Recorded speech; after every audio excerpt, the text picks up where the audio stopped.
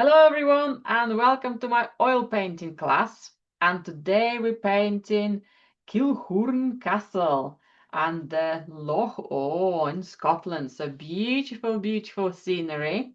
I'm using today a work of an artist called Alan Novelli and wonderful photograph catching some beautiful skies, fresh whites for the clouds, beautiful reflections of the castle. Unfortunately, my photographs didn't come out too well, so after putting some cards, I purchased this image so we can use it here today. So let's explore a rhythm today. Now, the rhythm in painting doesn't always have to do with a lot of repetitive lines or repetitive objects. It could also come through color, and it could also come through, let's say we have movement in the clouds and we've got stillness in that castle. So we have that range of rhythm of calm and rhythm of dynamics. Okay, we also have a lovely rhythm of greens here. How some of the dark mountains and the greens on them with a little bit of highlights works extremely well with the beautiful grasses and the trees around surrounding the castle.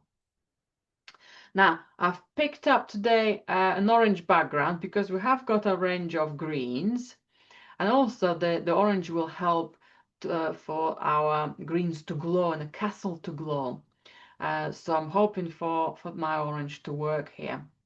On my palette, I have white, buff titanium, cadmium yellow, ochre, cadmium red, or you could use cadmium orange. Any reds which are in the pink side, magenta is fine as well. I think I've got ruby.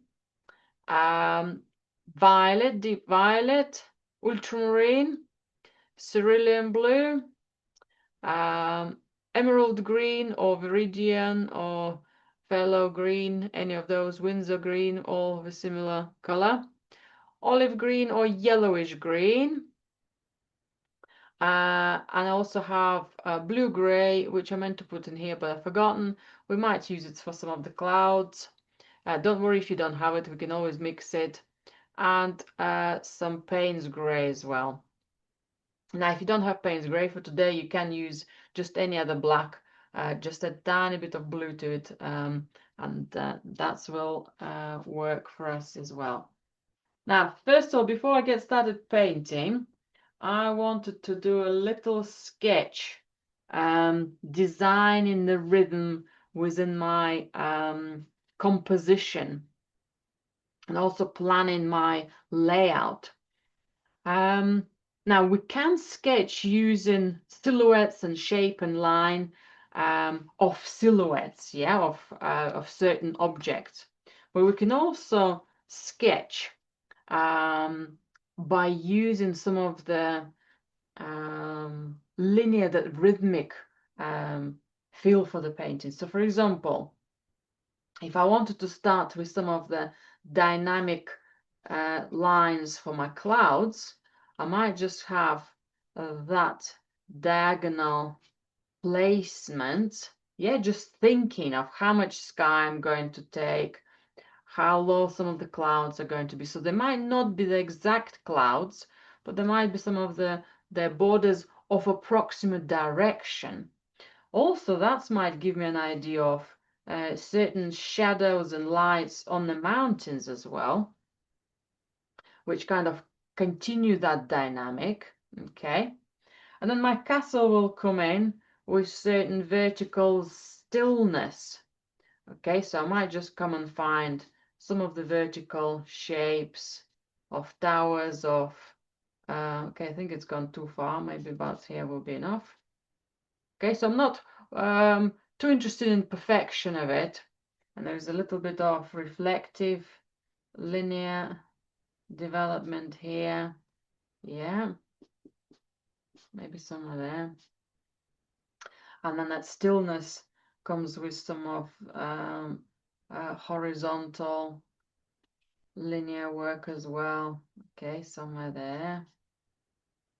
So that doesn't quite show us exactly where things are, but the water line gives us that lovely stillness against the dynamics above. Okay.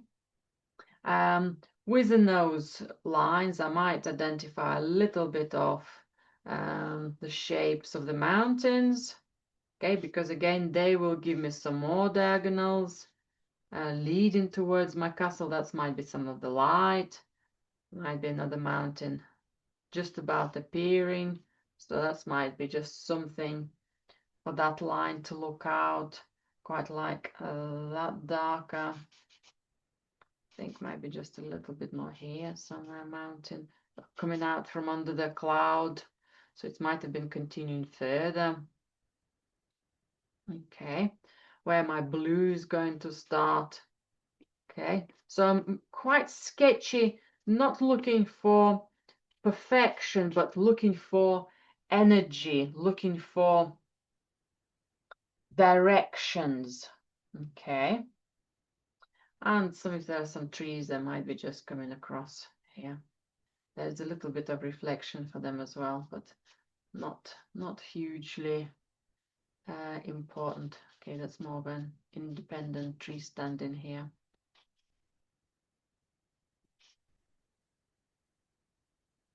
So water line. Okay, so I'm not too worried about roughness of my sketch. I'm quite happy to keep it more of a symbol, and I might have a tiny bit of that darkness on the castle. It's only a small part of the wall.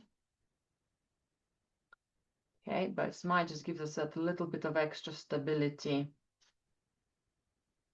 within light surface of my sketch. Okay, now the mountains are quite dark as well, but I'm going to just leave them out for the moment. I think that's would be good. My Celtic pen didn't go as dark as I done it above, but that should do the trick. Very exciting. Some of these, that V-shaped valley will come in beautifully.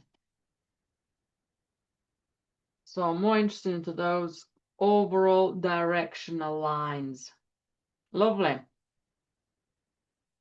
Let's translate this small design into our painting. Now, what I've done today, I put 2 pencil lines on my board. So this is where I want to keep my painting in, but if I feel that I can extend it a bit more, I might spread out further. I haven't quite decided yet. Looking at the photograph here, we can just have a little extra sky by doing it more of traditional rectangular shape. By elongating it a bit more, I might have more of the mountains spread out as well. So both options are pretty good. Right, so I'm going to use a little bit of tips and some violet for my sketch. Okay. And let's very similarly find our big shapes. Now, this time I'm going to start from a line of horizon, or shall we say a water line, okay? Doesn't have to be a line of horizon, so that might give us an opportunity to divide our picture. I think it's almost a third. Let me measure it. Is it going to be a third? No, actually, it's a bit less than a third. So let's do that. So that's approximately a third. So let's make it a little bit less of a third below. Okay. So that's my water line, maybe a tiny bit lower here.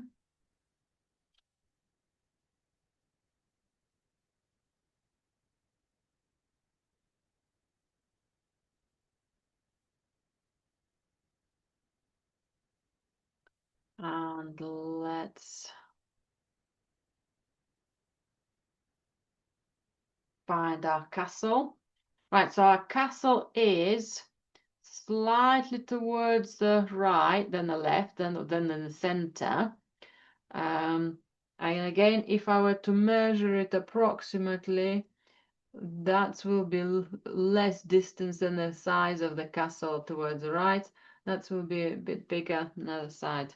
So okay, again, if we would have divided the whole board into three, then that will be the shortest, that will be slightly wider one, that will be the longest. So that's quite a nice proportion of three widths.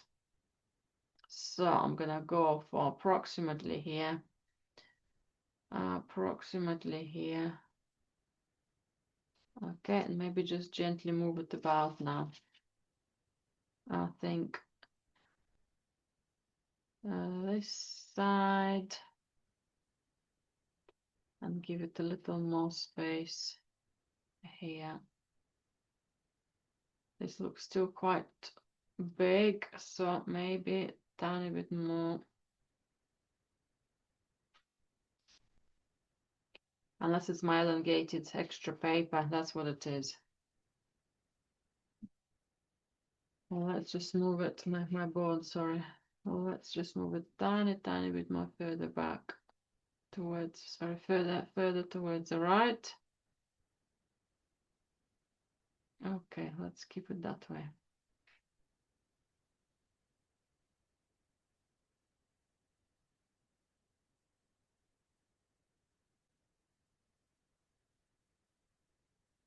Okay, so they're almost close, not the same. Okay, so if I'll just make it tiny bit more further here.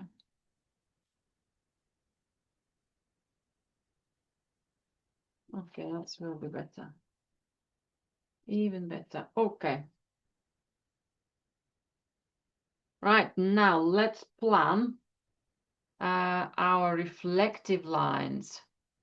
Now, this line I started from the water line. We actually will have some land there, so my castle is not going to start till about here. So my verticals might need to go a little bit higher.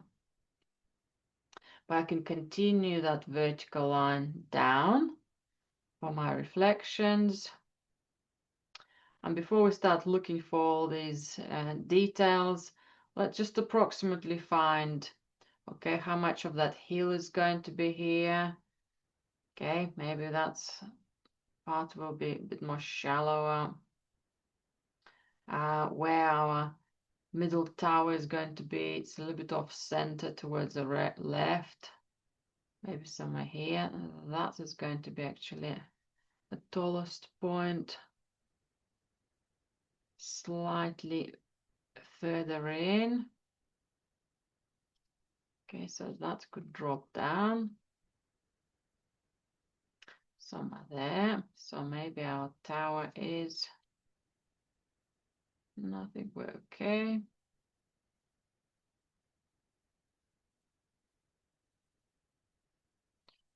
Okay. So that's more of a straight line there, and then a straight line for the wall behind. And these are lovely ruins, just little steps going up.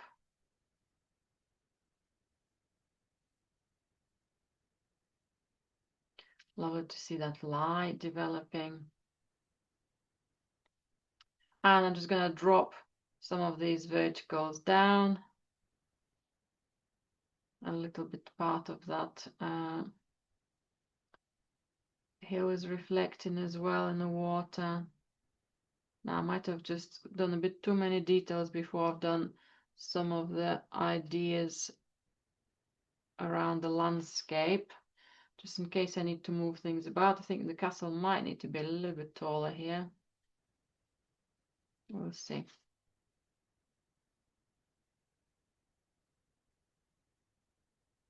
Oh yes, because that wall stays tall. Okay. Right, and let's see what we can do with our mountains and clouds.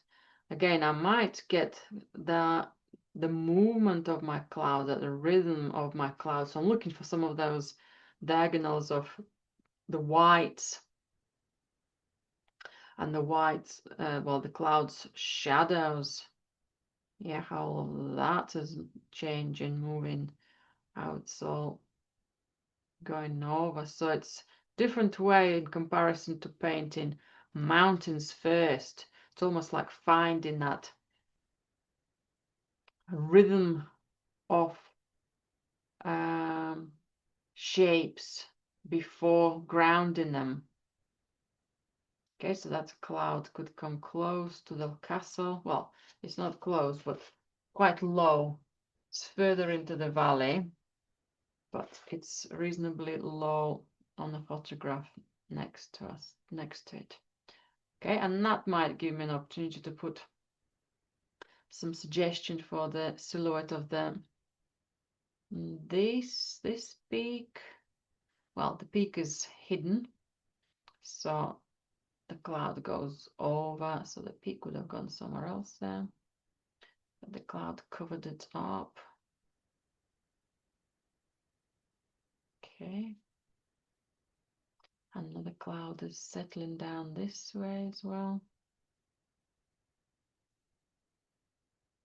And then we can work into lovely silhouettes, so silhouettes of shadows, shapes of light and dark.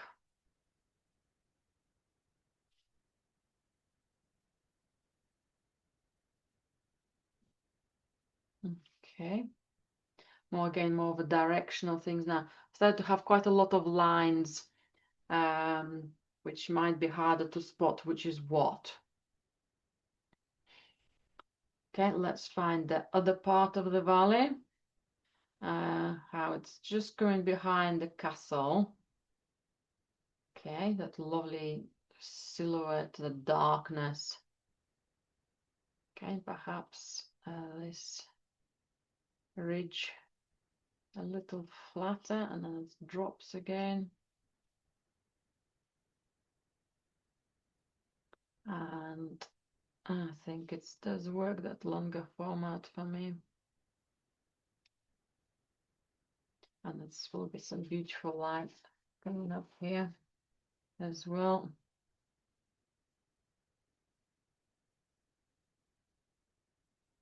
And that way as well. Very nice.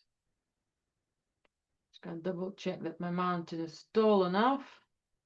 Maybe I can make it tiny bit taller here.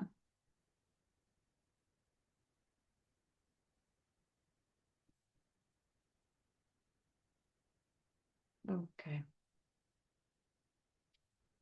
It's just becoming darker clouds somewhere here.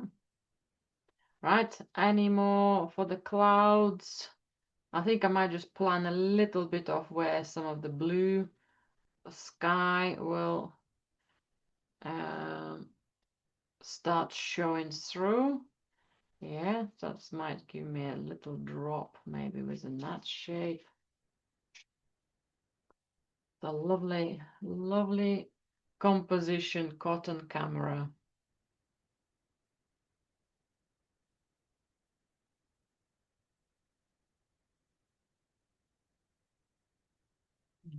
Okay, but experiencing the place, being in the place, makes a wonderful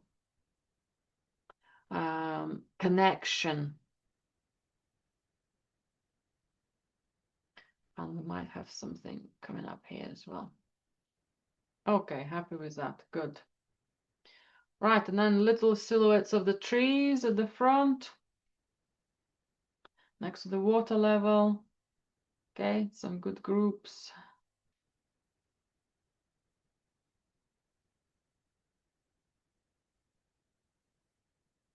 Okay.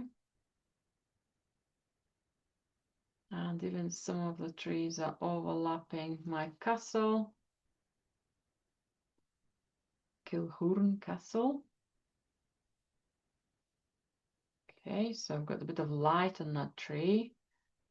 So in a way I can't even find that darkness on the castle wall here. We've got you, Liz. We've got you. Must have been internet issue, yeah? Okay.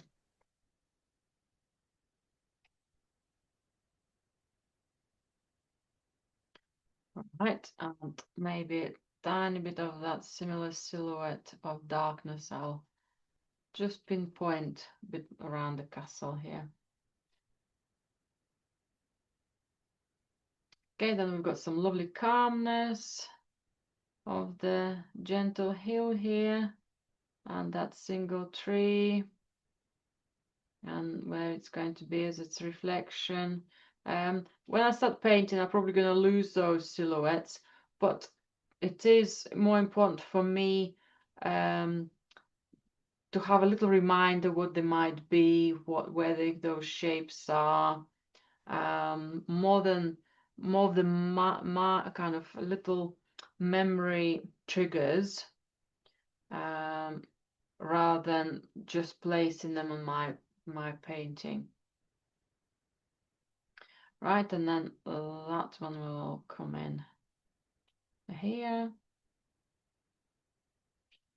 Okay. All of that darkness, it's all appears more or less similar darkness. I tend not to paint those darker little kind of shade in those areas, not too dark, because we will be applying thicker paint and this will remain runny paint, yeah, or at least wet, so it could clash.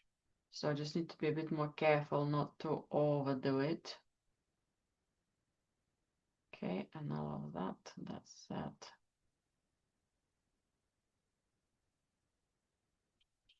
There's something dark here as well. Okay, and then we also got our valley.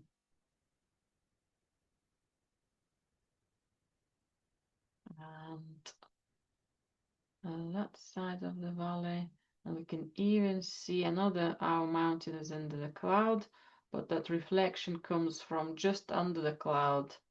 That's why we see that part of the mountain standing up. And ideally, I want a little extra space, not touching my border of the painting. So if I were to mount the picture and have a 5mm overlap, we're not gluing our shape. Yeah, fair enough. The sky, reflective sky, could be a little bit covered up, but we don't want to cover up the mountain. Okay. Good. Anything else here? A little reflection of the trees. We've got that tree.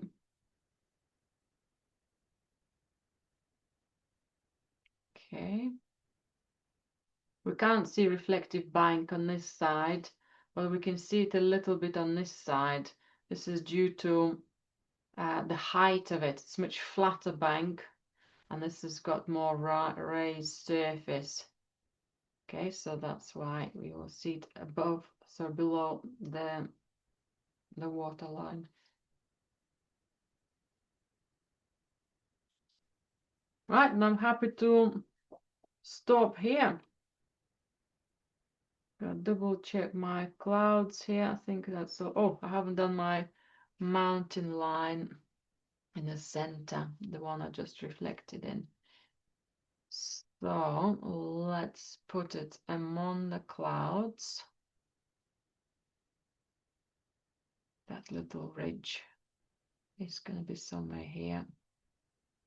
And that cloud could come through. Okay, I'll just give it a little understanding of where things are. Again, that disappears. And then it again disappears. Just don't want it to clash with the castle at the moment without the color.